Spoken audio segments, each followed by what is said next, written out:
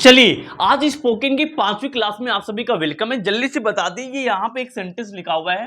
Sentence यहाँ पे लिखा हुआ है लेट्स ईट ग्रैंडमा। ये सेंटेंस लिखा हुआ है, इसका मतलब क्या होगा? अगर आपके सामने लिखा है लेट्स ईट ग्रैंडमा तो इसका मतलब क्या होता है? इसका मतलब पता क्या होता है? चलो ग्रैंडमा को खाते हैं। लेट्स ईट ग्रैंडमा का मतलब होता है चलो यानी कि ग्रैंडमा को खाते हैं, यानी कि इसका सही तरीका पता क्या लिखने का? इसका सही तरीका ये है कि आपको लिखना पड़ेगा लेट्स, यहाँ पे कामा लगा देंगे ना, तो कामा लगा देंगे उसके बाद ग्रैंडमा लिखेंगे। इसका मतलब ये हुआ कि आप ग्रैंडमा को इनवाइट कर रहे हैं कि चलो खाना खाया जाए। तो आपने देखा कि सेंटेंस में कोई एक शब्द का फर्क नहीं है, फर्क केवल किसका है? कामा का। तो लेट्स ईट ग्रैंडमा लिख देंगे तो इसका मतलब होगा चलो ग्रैंडमा को खाया जाए, उनको खाया जाए, उनको पका के खाया जाए। गलत हो जाएगा। लेट्स ईट उसके बाद कामा लगा के ग्रैंड यानी कि मदर, ग्रैंडमा या फिर ये ग्रैंड मदर का शॉर्ट फॉर्म है। तो यानी देख रहे हो कामा कितना इंपॉर्टेंट। तो आप समझ गए होंगे मैं क्या पढ़ाने वाला हूं। आज सिखाने वाला हूं पंक्चुएशन। बेटा इसी को इसी बोलते हैं पंक्चुएशन रूल। ये रूल इतने इंपॉर्टेंस होते हैं, इतने इंपॉर्टेंस होते हैं, अगर इसको सही तरीके से अगर आपको लगाना नहीं आता ना तो सही मानो आप पूरी इंग्लिश की मिथ्या कर दोगे। कई बार क्या होता है, स्पेशली इंग्लिश का पेपर जब बच्चे लिखने जाते हैं उसका कहते हैं सर पेपर तो बड़ा अच्छा आया था, मैंने बड़ा अच्छा परफॉर्म किया, लेकिन नंबर उसके हिसाब से नहीं आए। नंबर क्यों नहीं आए भाई? अगर देखो इंग्लिश को अगर आपको मास्टर करना, परफेक्ट बनाना है तो भाई पंक्चुएशन एक ऐसा रूल है, पंक्चुएशन के अंदर का ये सब कुछ आता है, कामा, फुल स्टॉप, क्वेश्चन मार्क, ये सब कुछ। अगर ये आपको नहीं आता है तो ये मान चलो इंग्लिश में आप परफेक्ट कभी नहीं हो पाएंगे। तो आज के वीडियो में आपको इसी तरह के कुछ रूल्स बताऊंगा, मजा आ जाएगा। जैसे आपकी सेंटेंस देखिए तो पंक्चुएशन आज हम लोग क्या करने वाले इस वीडियो में आगे देखने वाले हैं। जैसे ये सेंटेंस लिखिए, क्या लिखा हुआ है यहाँ पे? क्या लिखा हुआ है? लिखा है I love cooking my family and my pets. इसका मतलब क्या हुआ? I love cooking my family and my pets. इसका मतलब होता है कि आई लव कुकिंग, मुझे यानी पसंद है, कुक करना पसंद है, माई फैमिली यानी मुझे अपनी फैमिली को पकाना पसंद है। फिर आगे लिखा है माई पेट्स, अपने जानवरों को पकाना पसंद है। इस सेंटेंस का मतलब होगा कि मुझे अपनी फैमिली को पकाना पसंद है। लेकिन इसी में अगर मैं आपको सेंटेंस में कामा लगा देता हूं और फुल स्टॉप लगा देता हूं, यहां पे लिखा है आई लव कुकिंग, उसके बाद कामा लगा के लिख रहा हूं my family and my pets. इसका मतलब होता है मुझे पसंद है खाना बनाना, किसके लिए? अपनी फैमिली और अपने यानी पेट्स के लिए। देख लो कितना फर्क हो जाता है। ये पंक्चुएशन के अंतर्गत आते हैं। आज सारी यही रूल हम लोग डिस्कस करने वाले हैं। कुछ और देख लेते तुमको आइडिया लग जाए। जैसे यहां पे लिखा है वॉच आउट, यहां पे एक वर्ड लिखा भाई, क्या लिखा है? वॉच आउट, है ना। अगर इसी वॉच आउट को हम लोग अगर इस तरीके से लिखें तो दोनों में जमीन आसमान का अंतर हो जाएगा। वॉच आउट और यहाँ पे वॉच आउट में अगर यहाँ पे एक्सक्लेमेटरी मार्क लगाते हैं ना तो यहाँ लिखा है द सेकंड सोर्स। जो सेकंड वाला है ना, ये पता क्या दिखाता है? अर्जेंसी या फिर इमोशन। वॉच आउट मतलब कि देखना, तो यानी कि यहाँ पे क्या है? इमरजेंसी को ये अर्जेंसी और इमोशन को दिखाता है। यहाँ पे सिंपल लिखा हुआ है। इतने इंपॉर्टेंट रूल होते हैं बेटा पंक्चुएशन के, बहुत इंपॉर्टेंट है। एक ये देख लेते हैं काफी इंपॉर्टेंट। जैसे यहाँ पे क्या लिखा हुआ है? यहां लिखा हुआ है डोंट टच इट। देखिए इसको भी डोंट टच इट पढ़ेंगे, इसको भी डोंट टच इट पढ़ेंगे, लेकिन ये ग्रामेटिकली इनकरेक्ट है। ये क्या है? करेक्ट है, क्योंकि यहाँ पे अपॉस्ट्रोफी नहीं लगा। ये भी ग्रामर के अंतर्गत आता है, पंक्चुएशन में ये भी सीखेंगे। फिर उसके बाद में बहुत इंपॉर्टेंट, इवन अच्छे अच्छे इंग्लिश के जो जानकार ना वो इसमें गलती कर देंगे। देखिए ध्यान से, यहाँ पे एक सेंटेंस को, ये सेंटेंस को ध्यान देखो, कितना इंपॉर्टेंट सेंटेंस यहाँ पे लिखा हुआ है।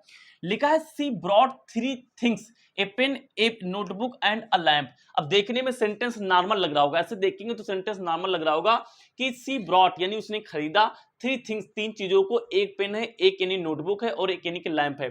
तो देखने में तो नॉर्मल लग रहा होगा, एकदम सही सेंटेंस, लेकिन गलत लिखा हुआ है। इसको सही तरीका क्या लिखने का? सही तरीका यहाँ पे लिखा हुआ, ध्यान देखो क्या लिखा हुआ है। लिखा है सी ब्रॉट 3 थिंग्स। यहाँ पे जो 3 थिंग्स, अब अगर आगे 3-4 चीजों के हम नाम बताते हैं ना तो वहां पे नाम बताने के लिए हम यूज करते हैं भैया कॉलन। क्या यूज करते हैं? यानी कि कॉलन यूज करते हैं। कॉलन क्या होते हैं? सिर्फ 2 डॉट होते हैं। तो अगर 3 चीज 4 चीज की आप बात बताते हैं, यानी चीजों को गिनवाते हैं ना, तो आपको ऐसे लिखना पड़ता है 3, यानी कि सी बॉट 3 थिंग्स। यहाँ पे क्या करेंगे हम? यहाँ पे ध्यान देखो, हमने 2 यानी कि डॉट लगाए, उसके बाद में ए पेन कामा, फिर ए नोटबुक कामा, एंड फिर हम लोग क्या लिखते हैं? ए लैंप लिखते हैं। अब कई बार बच्चे मुझसे पूछते हैं क्या कामा के जस्ट बाद एंड लगा देते हैं? लगा देते हैं, फिर लगा सकते हैं, दोनों सही हैं। चाहो तो इस वाले कामा को उठा के केवल एंड रहने दो, या फिर दोनों लगा सकते हो, दोनों सही है। तो इसी तरीके कुछ रूल हम लोग डिस्कस करने वाले हैं। तो आइए अब रूल की तरफ बढ़ते फटाफट से देख लेते हैं। जैसे यहाँ पे एक सेंटेंस और देख लेते हैं, फिर हम चलते हैं रूल की तरफ। जैसे यहाँ पे लिखा ही सेड आई एम टायर्ड, मजा नहीं आ रहा। देखिए लिखा है ही सेड आई एम टायर्ड, यानी वो कह रहा है कि मैं थक गया हूं, अब मजा नहीं आ रहा। अब इसी तरीके को अगर मैं इस तरीके से लिख दूं इसी सेंटेंस को कि he said I am tired, double inverted comma के अंदर बंद कर दिया, पता है इससे क्या हुआ? इससे ये पता चला क्या दिखा रहा है ये वाला सेंटेंस, इट शोज, यानी ये सेंटेंस दिखाता है समवन्स एग्जैक्ट वर्ड, यानी कि डबल इन्वर्टेड कामा के अंदर कोई चीज लिखी है, मतलब कि ये जो एग्जैक्ट वर्ड किसके हैं, ये एग्जैक्ट वर्ड ही के हैं। लेकिन ऐसे लिखोगे तो पता नहीं चलेगा कि कौन आई एम टायर्ड, ये एग्जैक्ट वर्ड दिखा देता है कि कौन बंदा के बारे में बातें बोली जा रही।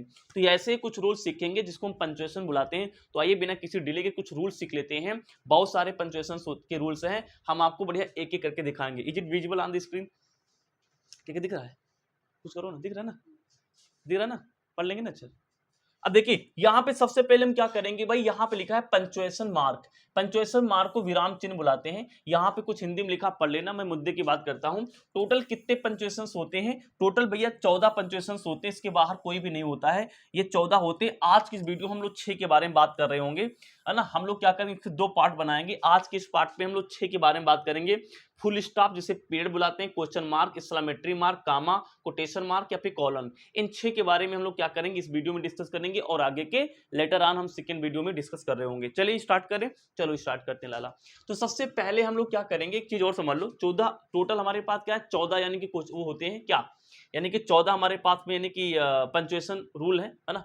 और उसमें से क्या है, जो 3 है, 14 में से जो 3 होते हैं, वे चल जा तू, यानी 14 में से जो 3 हमारे पास है वो देखो यहाँ पे लिखे हुए हैं, full stop, question mark, exclamatory mark. कह रहा कि ये 3 हमेशा जो होते हैं ना किसी भी सेंटेंस के लास्ट में आएंगे, किसी भी सेंटेंस क्या है भैया वो लास्ट में आते हैं, ये 3 तो लास्ट में आएंगे। और जो 3 निकाल दो बचेंगे हमारे पास कितना, यानी कि बचेंगे 11। ये 11 बीच में स्टार्टिंग में सेंटेंस के बाद तो तीनों आएंगे, सेंटेंस के बीच में वो सारे आते हैं। और रूल समझते हैं बेटा फटाफट से। चलो पहला रूल हम सीखने जा रहे हैं भाई, फुल स्टॉप, बहुत इंपॉर्टेंट वाला, सबको आता है लेकिन देखिए क्या क्या एकदम गलती हो जाती है।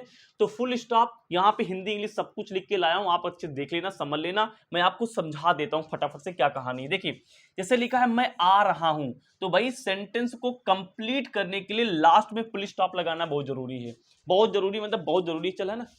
जैसे यहाँ पे लिखा है, पढ़ के कहो सुना देता हूं, लिखा है फुल स्टॉप का प्रयोग किसी भी कथात्मक एवं आदर्शमत वाक्य के अंत में किया जाता है जिस वाक्य में बात पूर्णता समाप्त हो गई हो। अगर कोई बात पूरी पूरी खत्म हो गई हो तो सेंटेंस के लास्ट में फुल स्टॉप लगाना बहुत जरूरी होता है, ठीक है ना। फुल स्टॉप लगाने का सीधा सा मतलब है कि वाक्य खत्म हो गया, लेकिन वाक्य नकारात्मक या प्रश्नार्थक विषयार्थक नहीं होना चाहिए, है ना। हाँ लेकिन ध्यान रखना, विस्मयास बोधक जो सेंटेंस होते हैं वहां पे आप लास्ट में क्या है, विस्मयास बोधक मतलब जिसमें ये चिन्ह लगे होते हैं, इनमें लास्ट में आप पुलिस यानी ये जो फुल स्टॉप है नहीं लगाते हैं। और फुल स्टॉप का मतलब केवल यही होता है, फुल स्टॉप बोल देता हूं, इसका केवल एक ही मतलब होता है कि सेंटेंस यहाँ पे खत्म हो गया है। अभी कुछ और रूल देखेंगे, जैसे Ram is a good boy, Ram is a good boy के बाद में हमने यहाँ पे ये फुल स्टॉप लगा दिया, मतलब कि सेंटेंस क्या है यहाँ पे कंप्लीट हो चुका है।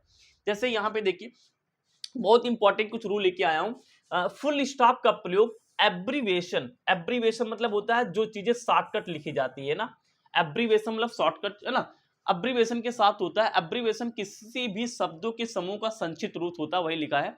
जैसे यहाँ पे लिखा है मेंबर ऑफ पार्लियामेंट, ये दिख रहा है ना, मेंबर ऑफ पार्लियामेंट को हम लोग एमपी बुलाते हैं, तो एमपी सीधा लिख दोगे, कुछ लोग ऐसे लिख देते हैं एमपी, वो ग्रामेटिकली इनकरेक्ट है, एमपी ऐसे नहीं लिख सकते हो आप। तो ये क्या है, शॉर्टकट है। जैसे आप लोग कुछ लोग यूपी लिख देते हैं, गलत है, यूपी को यू और ऐसे पुलिस स्टॉप पे लगाएंगे, एग्जैक्ट ये कहानी है। तो यूपी ऐसे लिखा जाएगा, एमएलए देखो ध्यान से ऐसे लिखा जाएगा, है ना, पुलिस स्टॉप लगाएंगे क्योंकि ये फुल फॉर्म्स है। तो यहाँ पे एमएलए, उसके बाद में पीएम, है ना, पीएम की अब ध्यान देना, पी के बाद भी फुल स्टॉप लाता है, फुल स्टॉप आता है, और एम के बाद भी क्या है, फुल स्टॉप आता है। बी आप लिखते हो तो गलत लिखते हो, बी ऐसे लिखा जाएगा, आज सीख लो। बी यानी कि बीएससी, कोई कहता है बीएससी लिखो भाई, तो बी एससी, तो बी के बाद यहाँ पे और एससी के बाद यहाँ पे, ऐसे एग्जैक्ट तरीका ये लिखने का है। तो ये तरीका समझ में आया कि नहीं आया? अब आप आज अब क्या करने जा रहा हूं, आपको बहुत इंपॉर्टेंट रूल सिखाने जा रहा हूं, ध्यान देखो क्या है यार। कभी कभी क्या है, हम किताब पढ़ते हैं, है ना, मैथ किताब पढ़ो, साइंस किताब पढ़ो, इंग्लिश किताब पढ़ो, तो वहां पे ऐसे E.G. लिखा होता है। इसका मतलब क्या होता है, इसका मतलब होता है भाई, क्या होता है, इसका मतलब होता है फॉर एग्जाम्पल। क्या होता है, फॉर एग्जाम्पल। जैसे मैं आपको लिख दूं कि E.G का मतलब होता है फॉर एग्जाम्पल, तो जहां ये लिखा हो समझ जाना वहां पे आप एग्जाम्पल देने की बात कर रहे हैं, यानी कि वहां पे क्या है, कोई एग्जाम्पल दिया जाएगा। तो फॉर एग्जाम्पल को शॉर्टकट में E.G लिखा जाता है, यानी ई फुल स्टॉप जी, फिर उसके बाद में फुल स्टॉप। उसके बाद में ये वर्ड काफी लिखा होता है किताब में, बच्चे समझ नहीं पाते हैं, I. यानी कि ई डॉट लिखा हो, मतलब आई पुल स्टॉप ई फी पुल स्टॉप लिखा हो, तो इसका मतलब पता क्या होता है, इसका मतलब होता है दैट इज। तो यानी कि समझ जाओगे ना, जैसे लिखा है दैट इज हमें लिखना है, तो लोगों ने कहा अगर दैट इज लिखना है तो इसकी जगह आप क्या लिख सकते हो, आई डॉट ई लिख सकते हो। ये भी एक तरीका होता है किसको लिखने का, दैट इज। इसको दैट इज पढ़ेंगे, इसे क्या पढ़ते हैं, दैट इज पढ़ते हैं। नेक्स्ट क्या है अपने पास है, ईसीटी। इसको सब लोग जानते हो, सिटी मतलब होता है एसेट्रा, एसेट्रा मतलब इत्यादि होता है। मजा आया, चलो आगे सीखते हैं। अब आगे यहाँ पे क्या है, जैसे यहाँ पे कुछ सेंटेंसेस को लेके समझाया गया है। जैसे लिखा है क्या लिखा हुआ है, जैसे यहाँ पे लिखा हुआ है मैं कई यंत्र बजा सकता हूँ, उदाहरण के तौर पर गिटार सितार पर, है ना, ये जो लिखा हुआ है, पढ़ते क्या लिखा है, I can play many any instrument, comma लगा दिया। अब देखो यहाँ पे क्या है, उदाहरण के तौर पर, तो उदाहरण के तौर के लिए फॉर एग्जाम्पल्स नहीं लिखते हैं, फॉर एग्जाम्पल को हम लिखते हैं ईजी। तो ईजी मतलब होता है फॉर एग्जाम्पल गिटार सितार या फिर पियानो। तो ये देखिए ध्यान से, इसका मतलब होता है ईजी। फिर यहाँ पे लिखा है मैं केवल 3 यंत्र बजा सकता हूँ, जो है गिटार सितार और पियानो। तो यहाँ लिखा आई कैन प्ले ओनली 3 इंस्ट्रूमेंट। अब देखो यहाँ पे लिखा आई, आई मतलब होता है जो की, दैट इज मतलब जो की स्पेलिंग क्या होगी, जो की लिखते हैं हम लोग आई और ई लिखते हैं, जो कि गिटार है सितार और पियानो है। फिर यहाँ पे देखो ध्यान से लिखा हुआ है, यहाँ पे लिखा है नेवर यूज ईजी और I setter in the upper case, है ना। ये तुम आप सीखो चाहे ना सीखो, जितना मैंने बताया उतना सीख लो, काम हो जाएगा, इसको सीखने की कोई आवश्यकता नहीं है। आगे चलते हैं भाई। अब यहाँ पे क्या है, पहला हो गया हमारे पास में क्या, फुल स्टॉप। सेकंड हमारे पास है क्वेश्चन मार्क, ये तो बड़ा आसान समझते होंगे। क्वेश्चन मार्क क्या करता है, question mark is used to ask a question. इससे बस एक ही काम होता है लाइफ में, हम भैया इसको लगा के किसी से क्वेश्चन पूछ सकते हैं बस। जैसे कि हु आर यू, तुम कौन हो, लास्ट में क्वेश्चन मार्क नहीं लगाओगे तो अनर्थ हो जाएगा।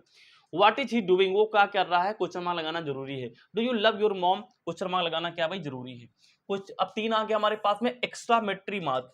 अब एक्स्ट्रामेट्री मार्क क्या होते लाला, एक्सक्लामेटरी क्या होती है, इसको बोलते हैं विस्मयादिबोधक चिन्ह। अब ये बहुत इंपॉर्टेंट है, पढ़ लेते क्या काम करते हैं। ये दुख को सुख को दिखाने वाले शब्द होते हैं, पढ़ के दिखाते हैं। लिखा है यह चिन्ह ऐसे वाक्यों के अंत में प्रयोग किया जाता है जिनमें अचानक उत्पन्न हुई भावना को व्यक्त किया जाए। अचानक हुई किसी भी घटना से मन की भावनाओं को व्यक्त होना, जैसे खुशी दुख प्रकट करना है ना, हैरान होना, नाराजगी जाहिर करना, शाबाशी होना, दुआ करना। यानी जिसमें क्या होता है, दुख दिखाओ आप, यानी हैरान हो जाओ किसी चीज को देख के, सुख दिखाओ सुख प्रकट करो, दुआ किसी को दो, किसी को शाबाशी दो। तो ये वाले वाक्य क्या है भाई, इस्लामेट्री में आते हैं। अब इसको, इसके कुछ रूल्स हैं, और रूल देखते क्या है। देखो रूल्स क्या है लाला, रूल्स ये है, देखो ध्यान से। जैसे आपको बोला भगवान आपको आशीर्वाद दे, तो गॉड ब्लेस यू से काम नहीं चलेगा, गॉड ब्लेस यू से काम नहीं चलेगा भाई, बोलने में तो काम चल पाएगा, लेकिन जब बोर्ड कॉपी पे लिखोगे ना, तो गॉड ब्लेस यू के बाद ये मार्क लगाना जरूरी है। जैसे कि वाह गजब बहुत बढ़िया, तो वाह मतलब कि ये वाह लिख के, ये क्या है, इस्लामेट्री वर्ड है। इसके बाद में ये जो निशान है ना जुन्नू वाला, इसको बुलाते हैं इस्लामेट्री साइन, तो ये लगाना बहुत जरूरी है ना। वंडरफुल, वंडरफुल वाला लगाना जरूरी है ना। तो ये कुछ वर्ड पढ़ के देख लेना। जैसे बकवास को बुलाते हैं अब्सर्ड, नॉनसेंस या फिर ऑफुल, ठीक है। कि कुछ वर्ड हैं आपको स्पोकन में भी काम देंगे। जैसे क्या आइडिया है, तो उसके बाद हम क्या लिखते हैं, क्या आइडिया मतलब कि व्हाट एन आइडिया, और उसके बाद में ये मार्क्स लगाना, ये जो मार्क लगाया चिन्ह लगाया है, कौन सा मार्क, एक्सक्लेमेटरी वाला, ये लगाना क्या है लाला, बहुत जरूरी है। जैसे हम लोग वेल्डन लिख तो देते लेला, लेकिन वेल्डन क्या है, शाबाशी है, तो शाबाशी बाद में ये लगाना भूल जाते हैं, नहीं लगाओगे नंबर कट जाएंगे। ये बहुत छोटी छोटी बातें हैं। जैसे थैंक्स गॉड हम बोलते हैं, लेकिन किसी कह दो थैंक्स गॉड लिखे, हमने कहा थैंक्स गॉड लिखो, तो कुछ लोग बस ऐसे लिख के छोड़ देंगे। हमने कहा थैंक्स गॉड की स्पेलिंग बताओ, इसको लिखो, तो लिखेंगे थैंक्स और फिर मर जाएंगे, गॉड लिख देंगे, कहेंगे सेंटेंस सही है, गलत। थैंक्स गॉड में ये नहीं लगाओ तो गलत, गलत। हमने कहा क्या कहा, हमने कहा श्योर, श्योर गलत है, श्योर के बाद ये निशान लगाना बहुत जरूरी है। हमने कहा वेल्डन, वेल्डन गलत है, इसके बाद निशान लगाना जरूरी है। समझ चुके होंगे, स्क्रीनशॉट ले लीजिए। 1 2 3 बिगड़ी मशीन, बहुत बढ़िया। अब ये देखिए ध्यान से क्या लिखा हुआ है, कामा बेटा बहुत इंपॉर्टेंट है। कामा के बारे में हमने स्टार्टिंग में ही बात किया था, बहुत इंपॉर्टेंट चीज होता है यार कामा, कामा बहुत इंपॉर्टेंट है।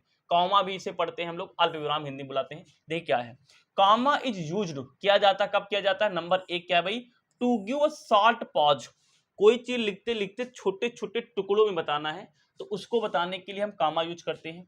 लिखा है always after introductory adverb or adverb phrase, ये क्या होता है अगले पेज में हम समझा देंगे आपको। तीसरा क्या है, to introduce a quotation, quotation से पहले भी हम लोग क्या करते हैं भाई, हमेशा कामा लगाते हैं। आइए एक एक को समझते हैं।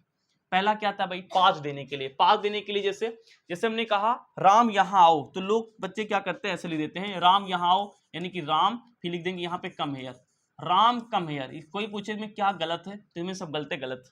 राम कम हियर गलत लिखा है, क्योंकि तुमको ठहराव देना है कि राम तुम यहाँ आओ, तो यहाँ कामा लगाना जरूरी है। राम तुम यहाँ आओ मतलब कि राम कम हियर, थोड़ा ठहराव देके बोलेंगे, तो राम कम हियर सही लिखा है। उसके बाद में जैसे यहाँ देखो कामा क्या है, I have many friend such as Aman, Amit और यानी कि संदीप। जब एक से ज्यादा चीजों को हम एक साथ लिखते हैं तो वहां पे भी कामा लगा के लिखा जाता है। जैसे अमन है ना, अमित है, संदीप है, तो कामा लगा के लिखा जाएगा। वैसे कुछ वाक्य यहाँ पे देख लेना, जैसे कि यहाँ पे लिखा है he will come on Monday, he will come on Monday 29 सितंबर, तो मंडे के बाद हमने क्या क्या कामा लगा दिया यहाँ पे, ठीक है ना। तो यहाँ पे पहला चीज है विराम देने के लिए, जैसे कि he Ram my best friend, Ram जो कि मेरा बेस्ट फ्रेंड है, इज हिज ब्रदर उसका भाई है। तो यहाँ पे राम और यानी कि माई बेस्ट फ्रेंड के बीच में कामा आएगा, क्योंकि ठहराव के साथ पहले राम बताया कि मेरा जो फ्रेंड है वो मेरा मित्र है, मतलब मेरे भाई का, मतलब जो भी बताना आगे, तो इसलिए कामा लगा के चीजें लिखी जाती हैं ठहराव देने के लिए, ठीक है भाई। ठीक है भाई, बहुत इंपॉर्टेंट है। अब ये रूल देख लो यार, यहाँ पे टीचर लड़ने लगते हैं बच्चों से, बच्चे लड़ने लगते हैं टीचर से, बहुत इंपॉर्टेंट रूल है। लिखा I have a pencil, I have a pen, a pencil and a mobile, बिल्कुल सही सेंटेंस लिखा है। देखिए तीन चीजें यहाँ पे लगातार आई हैं, तो पहली चीज पेन थी, उसके बाद कामा लगाया, फिर पेंसिल थी, कामा लगाया, और लास्ट का जो शब्द होता है ना, उसको बताने के लिए आप कामा की जगह पे एंड लगा सकते हैं। जैसे मान लो हमने कहा तीन चीजों के बारे में, तीन चीजें हैं जिसके बारे में बात कर रहे हैं, एक चीज है पेंसिल, फिर रबड़ है, फिर कटर है, तो इसके बाद कामा लगाएंगे, इसके बाद इस यहाँ भी कामा लगाएंगे, और शुरुआत जो अंत वाला होता है ना, उसको आप एंड लगा के लिख सकते हैं, अंत वाले को, वहां कामा नहीं लगाओ, कोई दिक्कत नहीं, ये रूल होता है। फिर सेकंड क्या लिखा है भाई, सेकंड लिखा है कि I have a pen, pencil, उसके बाद देखो ध्यान से, ये सेंटेंस ध्यान देखो, बहुत इंपॉर्टेंट है भाई, बहुत इंपॉर्टेंट है, क्या है, बहुत इंपॉर्टेंट है। अब देखो पेन है, पेंसिल है, तो कामा लगा के लिख दिया, लेकिन मोबाइल के पहले एंड भी लगा है और यहाँ पे कामा भी लगा है, तो कह रहा है कि तुम कामा भी लगा दोगे यहाँ, तो कोई गलती नहीं हो जाएगी। अगर तुम कामा और एंड दोनों भी लगा दोगे, आगे लिखा करेक्ट, ये भी सेंटेंस क्या सही होता है, ठीक है ना। तो लास्ट का शब्द वैसे एंड लगा के लिखा जाता है, लेकिन एंड के साथ में आप कामा भी लगा देंगे तो सेंटेंस 100% क्या है भाई, करेक्ट है। फिर अब क्या है बेटा, अभी मैंने बताया था कि जो एडवर्ब होते हैं उनके बाद कामा लगाना जरूरी है, जैसे कि after introductory adverb or adverb phrase. Introductory adverb मतलब होता है जो सेंटेंस में स्टार्टिंग में एडवर्ब आके पूरे सेंटेंस के बारे में कुछ ना कुछ बताए, है ना, या फिर एडवर्ब फ्रेज जैसे हो जाए, अभी एग्जांपल देंगे बता समझ जाओगे, तो उनके बाद में हम लोग क्या करते हैं, कामा जरूर लगाते हैं। एग्जांपल के तौर पे जैसे unfortunately nobody supported me in these elections, तो अब आप अगर यहाँ पे देखिए ध्यान से, तो अगर आप यहाँ पे केवल अनफॉर्चुनेटली लिख देंगे ना यहाँ पे, तो गलत हो जाएगा। अनफॉर्चुनेटली, अब शायद क्या नाम दिख रहा होगा, यहाँ देखो छोटा सा कामा लगा लाला, क्योंकि ये एक एडवर्ब है, इसके बाद कामा लगाना बहुत जरूरी है। फाइनली ही पास्ड एग्जाम, तो फाइनली ही पास्ड एग्जाम गलत लिख जाएगा अगर यहाँ कामा लगाओ, यहाँ कामा लगा है, नर्वसली कामा लगा है, ऑब्वियसली कामा लगा है, हाउएवर कामा लगा है। ये के ध्यान से यहाँ लिखा है बेटा हमारे पास क्या, ऑल ऑफ अ सडन, इसी को बुलाते हैं एडवर्ब फ्रेज, ठीक है ना। तो उसके भी बाद में क्या है लगा, कामा लगा है। तो जो एडवर्ब होते हैं उनके बाद कामा लगाना क्या है, बहुत जरूरी होता है, ठीक है भाई। अगला अपने पास क्या है, किसी भी कोटेशन को शुरू करने के लिए, अब बेटा कोई भी कोटेशन शुरू करोगे ना, तो उससे पहले तुमको कामा जरूर लगाना है। अब देखो ध्यान से, जब आपने अगर पढ़ा होगा, नरेशन पढ़ते हो, नरेशन जो डायरेक्ट वाले सेंटेंस लिखे होते हैं उसमें हमेशा जैसे ही आस्क्ड मी, उसके बाद यहाँ छोटा सा कामा लगाते हैं, फिर डबल इंटेड कामा के अंदर क्या लिखते हैं, जो हमें लिखना होता है लिखते हैं। जैसे यहाँ पे लिखा है do you know who I am, तो यहाँ पे कामा लगाना बहुत जरूरी है। माई डैड सेज, यहाँ कामा लगाएंगे, फिर जो भी होगा, एनीवन हर्ट्स एनीवन, नो ना, नेवर हर्ट्स एनीवन, तो यहाँ पे क्या है, तब कामा लगा के तब पूरी बात अंदर लिखी जाती है। क्लियर है भाई, तो यहाँ पे ठीक है ना, बात समझ आ गई, तो स्टार्टिंग में कामा लगाना जरूरी है। ठीक, क्या लिखा भैया, अगला लिखा हमारे पास में क्या, यानी कि कोटेशन मार्क। अब ये बड़ा इंपॉर्टेंट लाला, कोटेशन मार्क, कोटेशन मार्क बहुत इंपॉर्टेंट है। देखिए सिंगल वाला कोटेशन मार्क होता है, यानी जो ऐसे से लगाते हैं, और एक होता है डबल वाला कोटेशन मार्क, यानी दो लाइन ऐसे करके लगाते हैं। तो इनके बारे में समझ लेते हैं। तो लिखा है इन्हें स्पीच मार्क या फिर इन्वर्टेड कामाज भी कहा जाता है। आइए समझते कहानी क्या है। पॉइंट नंबर 1 यहाँ पे लिखा है, पॉइंट नंबर 1 क्या लिखा है, लिखा डायरेक्ट स्पीच के वाक्यों में फुल स्टॉप को अंदर और बाहर दोनों तरफ प्रयोग कर सकते हैं, दोनों तरीके बिल्कुल सही हैं। देखो बहुत इंपॉर्टेंट है, देखिए यहाँ पे इस सेंटेंस को अगर तुम ध्यान से देखोगे, देखो हर चीज जानो यार, जिंदगी जानने के लिए बनी है। जैसे कि आई एम योर बेस्ट फ्रेंड, तो अब तुम चाहो तो डबल यूनिटेड बाहर कर दो और पुलिस स्टाफ को नीचे अंदर कर दो। देखो यहाँ पे जैसे पुलिस स्टाफ क्या है, अंदर है। या फिर इसी सेंटेंस को आप ऐसे भी यानी कि लिख सकते थे, कैसे लिख सकते हैं, जैसे यहाँ पे लिखा हुआ है, क्या लिखा हुआ लाला, I am your best friend double inverted comma को अंदर कर लिया। और देखो ध्यान से यहाँ पे हमने क्या किया भाई, यहाँ पे हमने क्या किया, इस पॉइंट को बाहर किया, यहाँ पॉइंट अंदर किया, दोनों सही है। डबल इन्वर्टेड कामा को बाहर रखो, पॉइंट को अंदर कर लो, या फिर पॉइंट को अंदर कर लो, डबल इन्वर्टेड कामा को बाहर कर दो, दोनों बातें सही हैं। वही बता रहे हैं पॉइंट नंबर 1। पॉइंट नंबर 2 पे चलते हैं भाई, क्या कर रहा है, कह रहा है पॉइंट नंबर 2 क्या है, यहां से समझ लो यार। पॉइंट नंबर 2 क्या कहता है, किसी अक्षर, शब्द या अंग को प्रमुखता से दर्शाने के लिए उसे double inverted comma, single inverted comma और यहां तक कि बिना किसी इन्वर्टेड कामा के प्रस्तुत कर सकते हैं। जैसे मान लो कोई शब्द है जिसपे आप जोर देना चाहते हो, तो जैसे मान लो कोई शब्द इस पर आप जोर देना चाहते हो ना, तो उसको चाहो, जैसे मान लो कोई वर्ड है जिसके बारे में हम जोर देके बोलना चाहते हैं, तो इसको डबल इन्वर्टेड कामा, सिंगल कामा, या फिर किसी वर्ड को डबल इन्वर्टेड कामा के अंदर बंद कर दो, या फिर ना भी बंद करो, तो बेटा इससे क्या होता है, उस पर जोर पड़ता है। मतलब बढ़िया पढ़ने वाले मतलब समझ में आता है कि यहाँ पे क्या है, ये वर्ड बड़े इंपॉर्टेंट है। जैसे लिखा है यहाँ पे, क्या लिखा है, आई, यहाँ पे देखो आई डबल इन्वर्टेड कामा दिख रहा होगा, यहाँ पे 2 कामा ऐसे ऐसे लगे हैं। I is my favourite letter, देखो आई पे आप जोर दे रहे हो ना, इसको स्पेशल बता रहे हो, इसलिए डबल इन्वर्टेड कामा में लिखा है। लेकिन रूल क्या है, सिंगल कामा के अंदर भी लिख सकते हो, जैसे यहाँ पे लिखा है आई, सिंगल कामा लगे दोनों तरफ, इज माई फेवरेट लेटर, या फिर नहीं भी लगाओ तो काम चल जाएगा, तीनों सही हैं। लेकिन लगाने से क्या है बेटा, लगाने से थोड़ा सा मतलब उस वर्ड की वैल्यू बढ़ जाती है, उस वर्ड पे वजन बढ़ जाता है। तो अगर तुम्हें किसी शब्द की इंपॉर्टेंस बताना, तो आज के बाद बोर्ड एग्जाम में क्या करोगे, उसको बेटा डबल इन्वर्टेड कामा बंद करके लिख देना, मजा आ जाएगा, मजा आ जाएगा, जानवर खुश हो जाएगा। फिर क्या भाई, पॉइंट नंबर 3 क्या है, यही समझ लेते हैं, यही समझ में आ जाएगा। जैसे क्या लिखा है, I miss you, I miss you, उसके बाद हमने क्या, अरे हटो, आई मिस यू लिखा, उसके बाद मैंने क्या किया, इसको डबल इन्वर्टेड कामा बंद कर दिया। Is my favourite sentence, sentence के केस में कुछ रूल है, समझ लेते हैं। यदि आप किसी वाक्य को डबल, सिंगल इन्वर्टेड कामा के साथ प्रमुखता से दर्शा सकते हैं, लेकिन ध्यान रहे बिना इन्वर्टेड कामा के बिल्कुल नहीं, क्योंकि यह वाक्य में 2 फुल स्टॉप नहीं, कभी नहीं हो सकते। बहुत इंपॉर्टेंट बेटा है। देखो कोई अगर वर्ड है, कोई वर्ड है, एक वर्ड, 2 वर्ड, 3 वर्ड, मतलब एक ही वर्ड को मैंने बार बार लिखा, इसको आप डबल इन्वर्टेड कामा के साथ में, सिंगल इन्वर्टेड कामा के साथ में, और या फिर हमारे पास कामा न लगाओ, तो इस ऐसे लिख सकते हैं इसके वजन देने के लिए। लेकिन अगर कोई सेंटेंस है, अगर कोई सेंटेंस है, अगर कोई सेंटेंस है, तो इसको आप डबल इन्वर्टेड कामा, अगर इसको मतलब जरूरी बताना चाहते हो, इसकी इंपॉर्टेंट बताना चाहते हो, ये बहुत इंपॉर्टेंट चीज है, तो इसको डबल इन्वर्टेड कामा के अंदर या फिर सिंगल कामा के अंदर लिख करके आप उसकी इंपॉर्टेंट बता सकते हो। लेकिन नहीं लगाओगे तो ये सेंटेंस नॉर्मल लगेगा, नहीं लगेगा कि तुम इस सेंटेंस में इस वाले वर्ड की या फिर इस सेंटेंस की इंपॉर्टेंस बता रहे हो। जैसे यहाँ पे लिखा है आई मिस यू, अब तुम चाहते हो ये इंपॉर्टेंट वर्ड है, तो आई मिस यू को आपने डबल इन्वर्टेड कामा के अंदर बंद कर दिया, फिर लिखा इज माई फेवरेट सेंटेंस, तो ठीक है यार, डबल इन्वर्टेड कामा के अंदर बंद किया, तूने बता दे ये सेंटेंस मेरे लिए बहुत ही क्या है, बढ़िया शब्द है, तो ये ठीक चल रहा है। फिर यहाँ पे देखो ध्यान से, अगला क्या है भाई, अगला अपने पास यहाँ पे आई मिस यू को सिंगल कामा के अंदर बंद किया गया है, माई फेवरेट सेंटेंस, ये भी सही है। लेकिन अगर आप इसको ऐसे लिखते हैं कि आई मिस यू, यहाँ पे कामा फुल स्टॉप तो लगा दिया, लेकिन कामा नहीं लगाया, इज माई फेवरेट सेंटेंस, ये इनकरेक्ट हो जाएगा। व्हाई, लिखा है because in this case there are 2 full stop, यहाँ पे फुल स्टॉप है, यहाँ पे फुल स्टॉप है, लेकिन सेंटेंस एक ही है, तो ये क्या है, गलत हो जाएगा। बहुत इंपॉर्टेंट रूल है। तो सेंटेंस को आपको अगर किसी कोई भी सेंटेंस हो यार, कोई भी सेंटेंस, माई पापा इज माई हीरो, अब माई पापा इज माई हीरो, अगर तुम चाहते हो ये सेंटेंस को मैं हाईलाइट कर दूं ऐसे लिखते समय पापा के ऊपर, तो इसको डबल इन्वर्टेड कामा के अंदर बंद कर लेना, आगे वाला सेंटेंस पूरा कर देना। तो अगर किसी भी सेंटेंस पे आप जोर देके लिखना चाहते हैं तो बहुत अच्छा प्रभाव पड़ेगा अपने टीचर पर, उसको सिंगल या डबल इन्वर्टेड कामा के अंदर बंद कर देना। चलिए अगला रूल देखते हैं लाला क्या है। पॉइंट नंबर 3 क्या है, ये तो बता चुके हैं, लास्ट पेज यहाँ पे आ चुका है ना। ये क्या लिखा है, जब भी कभी एक कोटेशन के अंदर दूसरा आ जाए तो हमेशा ही अंदर वाले के लिए सिंगल इन्वर्टेड कामा होता है। अच्छा, ये इंपॉर्टेंट चीज है। देखो जैसे मान लो कि डबल इन्वर्टेड कामा एक लगा है बाहर से, अब इसके अंदर जो भी लिखा है तुम यहाँ पे एक कामा और लगाना चाहते हो, तो डबल इन्वर्टेड के कामा के अंदर कुछ लिखना चाहते हो तो उसको आप सिंगल इन्वर्टेड कामा के अंदर ही लिखोगे। तो सबसे बाहर डबल लगा सकते हो, इसके अंदर अगर डालना है इन्वर्टेड कामा तो सिंगल इन्वर्टेड कामा ही डाल सकते हो। जैसे कि यहाँ पे देखो लिखा हुआ है ही आस्क्ड मी, देखो दिख रहा होगा कैमरे में, यहाँ डबल इन्वर्टेड कामा लगा यहाँ पे, तो यहाँ पे लिखा है भाई, क्या लिखा हुआ है, यहाँ लिखा है can you pronounce the word, ये इसको क्या तुम प्रोनाउंस कर सकते हो अल्बीट को।